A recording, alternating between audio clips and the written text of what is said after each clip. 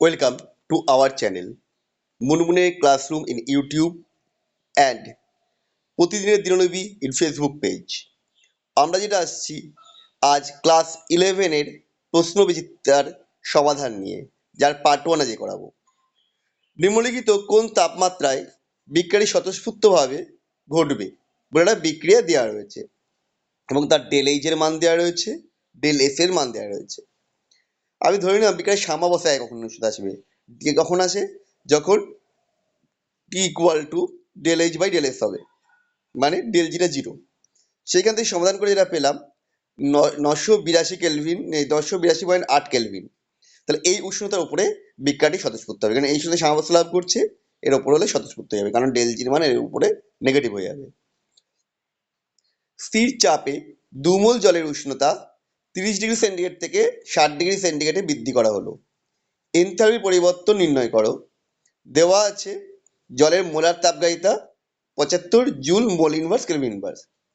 তাহলে স্থির চাপে 2 গ্রাম জলের উষ্ণতা 30 ডিগ্রি থেকে 60 ডিগ্রি মানে 30 কেলভিন বা 30 ডিগ্রি বৃদ্ধি করতে এনথালপি পরিবর্তন কি হবে?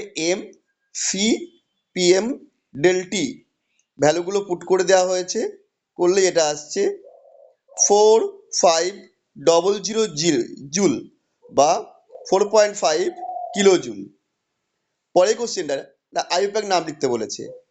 এবার এটা প্রথমেই কার্বন গুলোকে নাম্বারিং করে নাও, করলে যেটা পাবে দেখবে 1 2 3 4 5টা কার্বন আছে, তাই পেন্টানোইক অ্যাসিড হওয়া উচিত, যার 4 নম্বর ওএইচ গ্রুপ আছে এবং 2 ও 3 এর মধ্যে ডবল বন্ড আছে, তাই এটার নাম হচ্ছে 4 হাইড্রক্সি পেন 2 ইনোইক অ্যাসিড।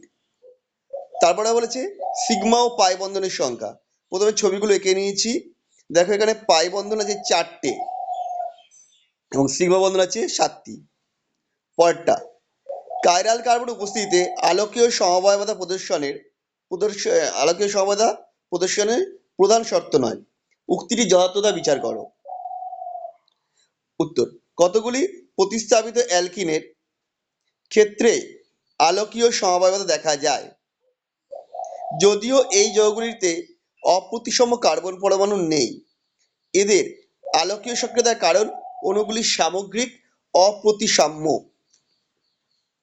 সুতরাং কোন যৌগে কাইরাল কার্বন পরমাণু উপস্থিতি আলোক সক্রিয়তা তথা আলোক সমবায়বতার অত্যাবশ্যকীয় শর্ত নয়। অণুর গঠনাকৃতি সামগ্রিকভাবে অপ্রতিসম হলে সেটি আলোক সক্রিয় হয়। যেমন 1,3-ডাইক্লোরো প্রোপাডাইনের দর্পণ প্রতিবিম্ব সম্বন্ধযুক্ত দুটি রূপই সামগ্রিকভাবে অপ্রতিসম এবং পরস্পর অপরিপাতযোগ্য নয়, ফলে এরা আলোক সক্রিয় বলে আমি তাদের ছবিটাও এঁকে দিয়েছি। 1,3-ডাইক্লোরো প্রোপাডাইনের ছবিটা দিয়েছি, এরা আলোক সক্রিয় হয়ে গেছে, কিন্তু কোথাও কাইরাল কার্বন পরমাণু নেই। একটি প্রসম ইলেকট্রোফাইল উদাহরণ দাও। অনেক আছে, তার মধ্যে আমরা দিয়েছি BF3। C5H12 সংকেত বিশিষ্ট একটি অ্যালকেনের মোনোক্লোরিনেশনে একটি মাত্র মোনোক্লোরোপেন্টেন উৎপন্ন হয়। আইসোমারটি শনাক্ত করো। C5H12 সংকেত বিশিষ্ট একটি অ্যালকিনের মোনোক্লোরিনেশনে একটি মাত্র মনোক্লোরোপেন্টেন উৎপন্ন হয়, সুতরাং অ্যালকেনের আইসোমারটি নিওপেন্টেন এবং বা 2,2-ডাইমিথাইল প্রোপেন বলে তার ছবিটা আমি এঁকে দিয়েছি। এখানে দেখবে যে 12টা কার্বন হাইড্রোজেন আছে, এই 12টা হাইড্রোজেনই সমতুল্য হাইড্রোজেন, প্রত্যেকটা 1 ডিগ্রি হাইড্রোজেন এবং সমতুল্য। তো এখানে ক্লোরিনেশন করলে কেবলমাত্র একটাই মনোক্লোর জাতীয় যৌগ উৎপন্ন হবে। একটি অ্যালকিনের ওজন নিচে শুধুমাত্র অ্যাসিটন উৎপন্ন হয়, তাহলে অ্যালকিনটা শনাক্ত করতে বলেছে, আইউপ্যাক নাম লিখতে বলেছে। অ্যালকিনটা হচ্ছে মিথাইল বিউট 2-ইন 2,3-ডাইমিথাইল বিউট 2-ইন 2,3-ডাইমিথাইল বিউট 2-ইন। ছবিটা আমরা দেখিয়ে দিয়েছি এবং বিক্রিয়াটা লিখেও দেখিয়ে দিয়েছি। ভোপাল গ্যাস কাণ্ডে ইউনিয়ন কার্বাইড প্ল্যান্টের স্টোরেজ ট্যাঙ্ক থেকে নির্গত গ্যাসটার নাম সহ সংকেত লিখতে বলেছে। ভোপাল গ্যাস ছিল মিক গ্যাস স্টোরের জন্য, মিথাইল আইসোসায়ানাইড, সংকেত হচ্ছে CH3NC। ডিটারজেন্ট কিভাবে জল দূষণ করে? ডিটারজেন্টের দুটো অংশ, একটা হচ্ছে পৃষ্ঠতল সক্রিয় পদার্থ আর একটা হচ্ছে বিল্ডার বা ফিলার, এরা উভয় জল দূষণ দায়ী। পৃষ্ঠতল সক্রিয় পদার্থ কিভাবে করে?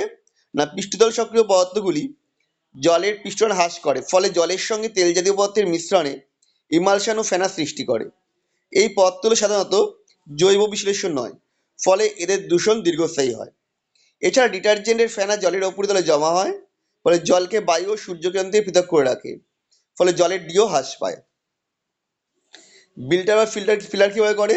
ডিটারজেন্টের বিল্টার বা ফিলার হিসাবে ফসফেট যৌগ উপস্থিত থাকে, যে জলে উপস্থিত ক্ষারতা সৃষ্টিকারী Ca2+ Mg2+ আয়নের সাথে বিক্রিয়া করে দ্রাব্য জটিল লবণ উৎপন্ন করে। এই লবণগুলি শ্যাওলা বা জলজ উদ্ভিদের পুষ্টিকর খাদ্য হিসেবে ব্যবহৃত হয়, ফলে ইউটোফিকেশন ঘটে। মৃত্তিকা দূষণের কারণ এক হচ্ছে বিভিন্ন কীটনাশক প্রয়োগ করার ফলে মাটি দূষিত হচ্ছে। 2 নম্বর, পৌর প্রতিষ্ঠান কর্তৃক বর্জ্য পদার্থগুলো বড় রাস্তার ধারে বা নির্দিষ্ট কিছু স্থানে স্তূপ করে রাখা হয়, ফলে এগুলো থেকে মাটি দূষণ হয়। এটা শুধু মাটি দূষণ নয়, এটা বায়ু দূষণও ঘটায়। সবুজ রসায়নের দুটো অবদান কি কি আছে? একটা, পরিবেশ বান্ধব বিকারক রূপে এনজাইম ব্যবহার করে বহু জৈব রাসায়নিক বিক্রিয়া ঘটানোর পদ্ধতি উদ্ভাবন হয়েছে, এবং এই পদ্ধতিতে অ্যাম্পিসিলিন এবং অ্যামক্সিসিলিন ইত্যাদি অ্যান্টিবায়োটিক প্রস্তুত করা সম্ভব হচ্ছে।